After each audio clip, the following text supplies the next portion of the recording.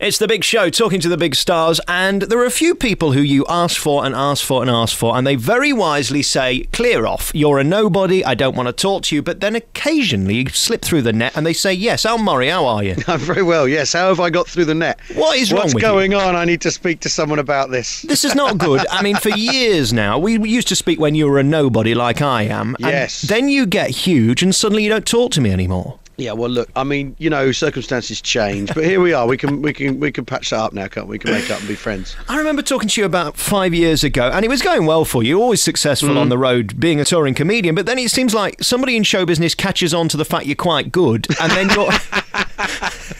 And then suddenly you're validated. Congratulations. Well, thank you very much. But I think that's happened. Actually, I think that's happened across the board to stand-up comedy. Someone somewhere has decided that stand-up comedy is like good and people like it. So there's lots of it on the telly. So yeah, it's been a good few years. The last few years, yeah. You're such a great turn because you've obviously got your character, the pub landlord, which we all love, and you've created that thing where we want you to say certain lines in a certain place. Does that bother you now that if you don't come on and do the glass of wine for the lady and that stuff, we're going to be annoyed? It doesn't bother me. But if there was a day where I felt if I have to say that, it'd be like licking the pavement. I wouldn't do it. And in terms of your appearance, I mean, we had Rosemary Conley on the programme recently, and I was thinking about you because it must be very hard continuing to keep the weight you are because, of course, you're on tour, and we know that every touring comedian is slim, but you can't really be that delicious. Not that I'm saying you're fat. Well, the thing is, I get away with quite a lot because of the way in looking a bit larger than I am actually, because I wear my trousers around my middle and stick my tummy out, really. A lot of how I look on stage is to do with the way I hold myself, actually, and I'm very often mistaken for a tall, thin Al Murray lookalike.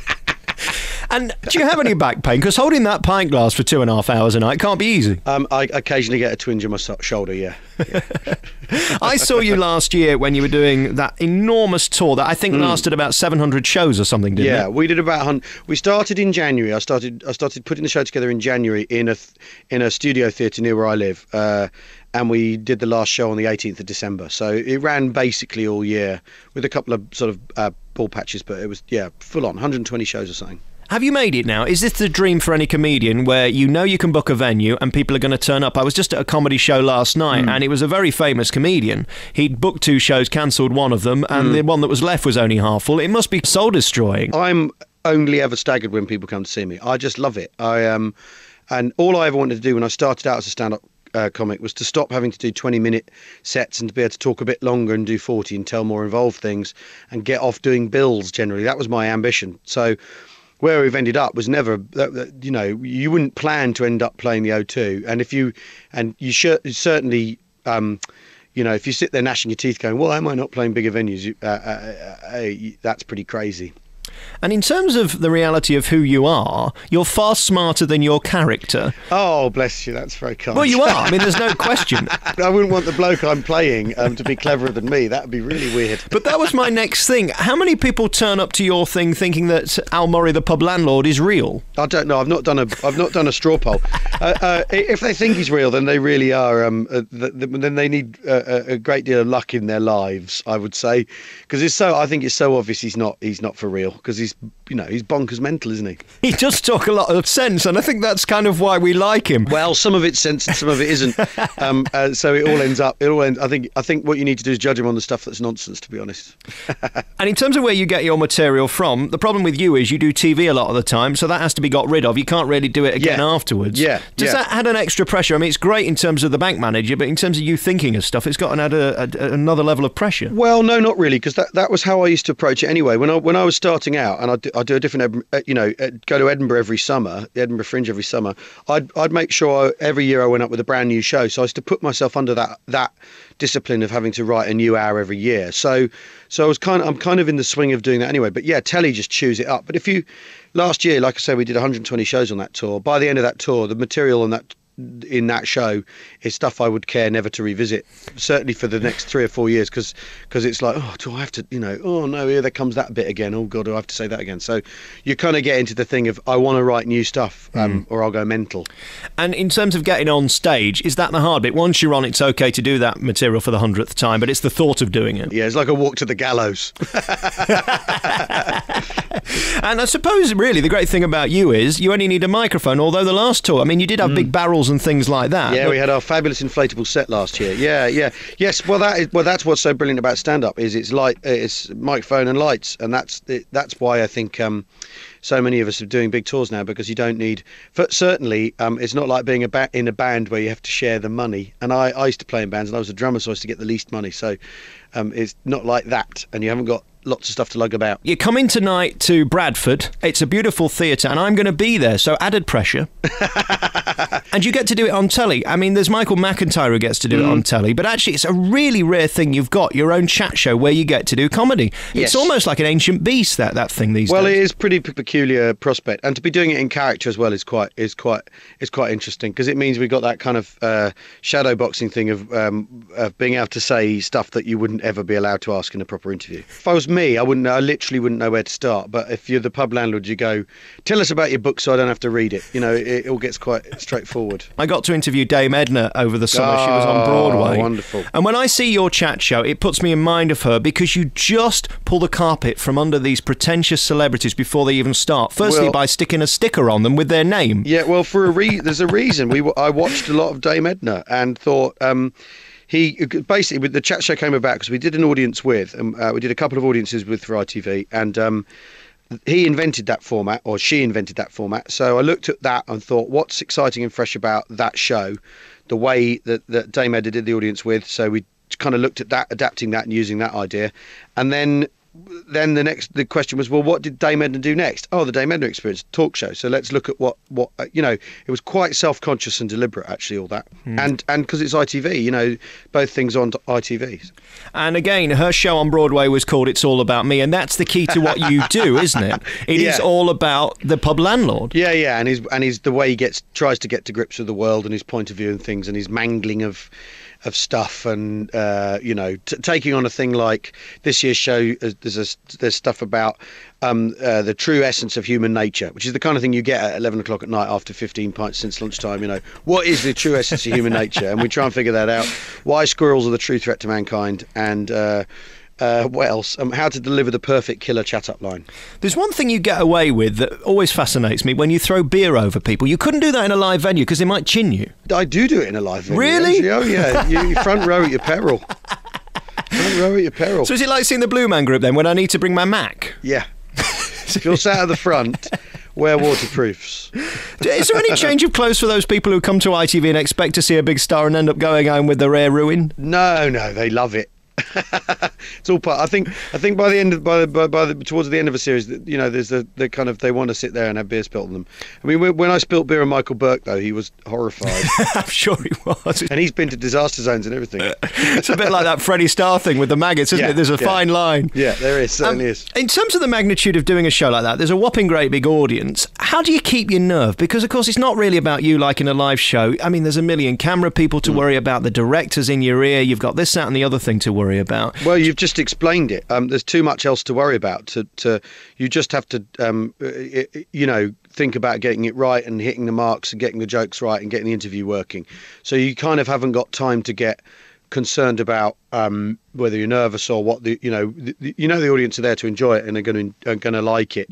But I mean, the really interesting thing about doing TV is it's, when you finish the show, you've finished it. You can't go back and fix it. You can't say, oh, can we interview that guy again because I missed those 5 jokes, or wouldn't it be better if we'd done this, that, the other? So you have to sign off on it. And that's for me, the thing I find really interesting about TV is the creation of it is more disposable than stand-up. You put it, you've done the show, you've got to do next week's now. You're in a great place as well. You're almost like Ali G, where they've got to come on because you're the biggest thing on telly, but they know they're going to have to take some hits. That's brilliant, isn't it? There aren't many shows where you do that. Well, certainly, yes, that's quite true. Although when we first started, there were some people sat there going, what on earth is going on? But that was quite good fun. And I suppose the Americans, they're the ones you need to get on now who aren't in on the joke. Yeah. But they're cool. They tend to be cool, actually. They're smarter than the average. We've had one or two people who you think their hair's going to fall out any minute if I carry on, but the interview's been written, so I've got to hit my gags and stuff. I want to talk about life on the road, because as glamorous as it may be in front of the curtain, I always do feel a bit sorry that you kind of scuttle off into your car and then have to drive home 5 hours after a gig. How do you accept that come down from the incredible applause you get at the end to just you in a car with Radio 4? Well, that's a good question. That's a really good question. You just get used to it. It's so sort of part of the job that if you stopped and got hung up about that, I think it could do your head in. But it's just the way it goes. And what we tend to do is drive to the next town and go to the hotel in the next town so that I can have a lie-in. That tends to be the way we do things, rather than clutter up a day with travel. But I mean, my tour manager always says we know we're in the right place when we get to theatre if we're by the bins, because that's where the stage door is. So I'm intimate with the bins of most towns and cities in the UK. When you see that poster and you see you've got to be here, there and the other place for the next year of your life, does it almost intimidate you in a way? Because at the time when you're at your most wealthy and at the top of your game, you can't really enjoy it because you've got to keep working. I mean, to be completely honest with you, you look at the schedule and you think, could someone at the office please buy a road atlas and figure out that Ipswich isn't that near Bradford? But you get used to that, and I'd rather be working. It's the showbiz thing. Everyone complains when they're not busy, and they complain when they're busy. And that place you're in now, where you walk out on stage and they know who you are, I look back at your history. I mean, you've done all the crappiest clubs up and down the country. Yeah, I played some of the crappiest clubs in the country. Yeah, that's quite true. And when they don't know who you are, that's really tough, isn't it? Because you've then got to try and impress them. It must be easier now in one way. I know you've still got to deliver. Yeah, you've got to deliver, but yes, you're 5 paces down the road. You don't have to do the thing. For many years, you have this thing built into your stand-up where you've got to explain what you're doing, and I don't have to do that anymore. Let's talk about you a bit, because an incredible upbringing. Wasn't raised by wolves. No, but I mean, I was raised by a binman. You're the son of a lieutenant colonel. Yeah, if you want. But he's my, I don't think of him like that. He's my dad. It's amazing what people will put on Wikipedia. So I shouldn't believe it all. I wouldn't believe much of it. What was the year that you made it, that you actually felt that it was all worth it? When I was playing the clubs, there was a year when I think I did something like 350 gigs, and the phone didn't stop ringing, and I thought, well, I've got this lick now, I can make a decent living out of it, and it's all ticking over, and I'm starting, I was headlining and I was able to do longer sets and stuff, and that was the year where I thought, well, I kind of know this job now. And then I think probably the second Edinburgh or the third or fourth Edinburgh, I can't remember when, because I had 4 Perrier nominations on the trot, and I think the first Perrier nomination, I think, gosh, that's cool. Wow, they've recognised me for this award, and then they kept coming, and I really felt like I was doing something right. I mean, you can't hang out for awards, and you can't judge yourself by those awards, but it just all seemed, I seem to have got the measure of the job by then, I think. But there's never a point where you think, phew, I'm home and dry, and I don't have to take my foot off the gas. Was there one gig when you thought, that's it, I've mastered my art, it went well, and I can learn and only move on and get better from here? Yeah, or does it not work like that? It does work like that. There's the 4th Edinburgh show I did a show that was called And a Glass of White Wine for the Lady. And the title in itself kind of, basically, I used to really try hard to write shows with lots of things going on in them, and then the 4th year I thought, right, it's time to just forget about that and try and write a very straightforward show full of jokes rather than clever storytelling things and all that sort of thing. And I did that, and that was the best show I'd written up to that point. It was the kind of thing of stripping away some of the built-on flim-flam and making it more direct. And that was the year where I thought, gosh, that's a big breakthrough, and certainly in terms of how to write. And it's all about writing. Being a stand-up is all about writing. It's a writing job, How do you know that? This is what I find most fascinating, because I watch those morons on X Factor who think that they can sing like Elton or perform like Madonna, and they can't. How do you know you're actually funny? You find out pretty quickly. Let me tell you that much when you get on stage. Yeah, that's what appealed to me about stand-up in the first place. Is I sort of did acting and stuff at school, and you'd think I really enjoyed it, but the extra appeal of stand-up is you find out pretty quickly how it's going. It's not like doing a play and then never being, for 2 hours a night and them clapping at the end and then you're not hired again. You think, oh, what happened? If you go on stage and they're not laughing within the first couple of minutes, that's a pretty heavy clue to how you're doing. How do you feel about those comedians that more or less are actors and are given a script to be funny? Is that almost like going in through the back door? I think that's cool if that's what they want to do. I mean, I'm never going to knock anyone for taking on doing stand-up because it's incredibly... when it's bad, it's horrible. When you die, it's bad. And so we all have that kind of understanding amongst each other that when you die, it's horrible. And so I wouldn't... You're not going to get me to... I wouldn't ever say, oh... they shouldn't be doing that. I mean, it's interesting that's happening now because that used to be very much the American model. Way of getting film parts is you get yourself a 12-minute stand-up act and all that. But I very much see being a stand-up as an end in itself. And what about me borrowing your material? Oh well, if you can't find anything decent to fit, by all means do. As long as like on Twitter, as long as you credit the retweet. Oh right, yes, that makes it okay. Yeah. All right, we'll come back next with our remaining moments then with Al Murray. He's the big star touring the UK, and you've got a DVD out, a book out, toilet cleaner, DVD, a new series on BBC 4, all sorts of things. And of course, the thing about you is you're all over the place at the minute. Books, publishing, yes, tick. New DVD out, tick. Yes, you've got the new series, an interesting one. I had an email about this the other day, a new programme for BBC 4. Yeah, that's right. Al Murray's German Adventure. Yeah, which is a me not as the pub landlord, me as myself. And some people may have seen Road to Berlin, which is a documentary made a few years ago for Discovery. It's me going to Germany and looking at Germany without talking about mullets, sausages, them having no sense of humour, or World War II.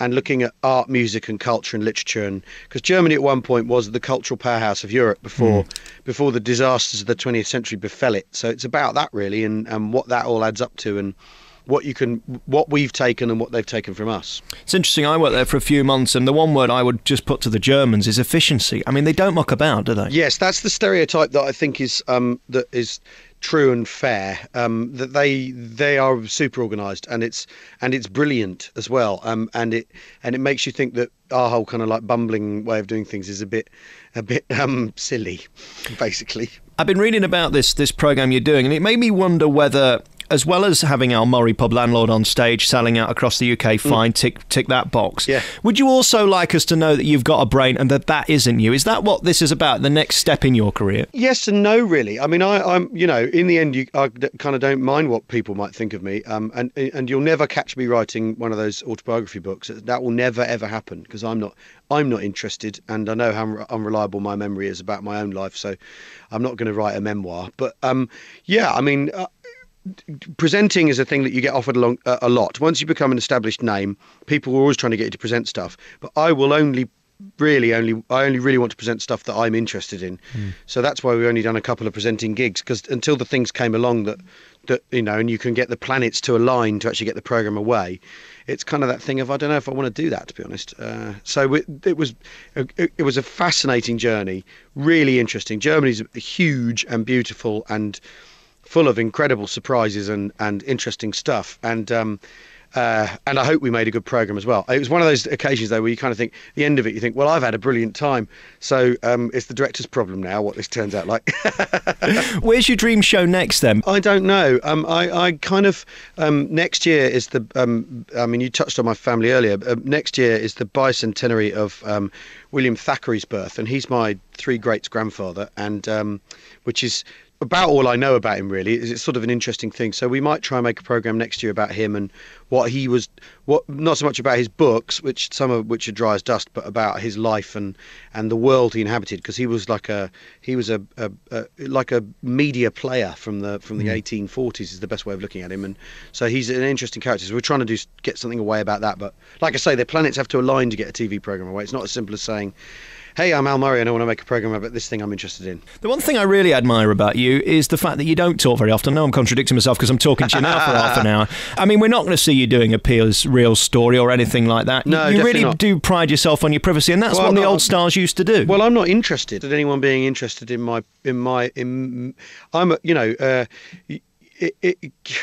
it's this thing. When I'm interested in an artist, I'm interested in their work. And the thing I want to present to people is the stand up I do, and then maybe these other programs and the books I've written and the DVDs we've done and stuff like that. That's what's on offer. Me isn't on offer, and I don't see. I'm kind of a bit puzzled as to why anyone would want to know anything about me. I kind of don't. I'm not. I think Peter Kay, for instance, is a brilliant comic, but I'm not interested in his life. And we've got Jordan on tomorrow, of course. She's got autobiography number 7 out. She's only 31. It's curious. How's that possible? I mean, good luck to everybody. And we're in this sort of postmodern age. All forms of artistic endeavour are equal. But by the same virtue, I don't want to write 5 autobiographies. I don't want to write one. No. Very finally, the guest list for the TV show is an interesting one. I wonder whether comedians work so well with the pub landlord, because of course he's got to be the smart ass that has the last laugh. Yeah, that's absolutely true. Yeah, you look at who's in town and what they've got, and then you hope you can book an astronaut because they're really interesting. Well, good luck with that one. And very finally, I must ask you, of course, about the adorable Jane McDonald. Of course, this is a lady who just thinks you're tremendous. Oh, the lovely Jane McDonald. Yeah, well, she's terrific value, isn't she? I think she's fab. She's sort of that kind of cruise ship showbiz. I think is really awesome. Well, not taking yourself too seriously and knowing what you're there for. Yeah, exactly. Yeah. She was a little tipsy during your last audience with, and I think she showed her true feelings towards you, Al. Yes, possibly. Yeah. Could you ever be tempted? No. But I mean that respectfully. Listen, you're coming to Bradford tonight, and I'm going to be there, and I'm so looking forward to it. Your last show, as all these are more or less sellouts across the country. There's the last few tickets available, and people handing back a few, and I'm always curious about that. But there's a lot of illness around, so that's good. As long as you don't lose out, that's all I'm worried about. I ought to be your accountant. I suppose that's what you got to worry about. Are you like me, walking around like this at this time of year so you don't catch anything?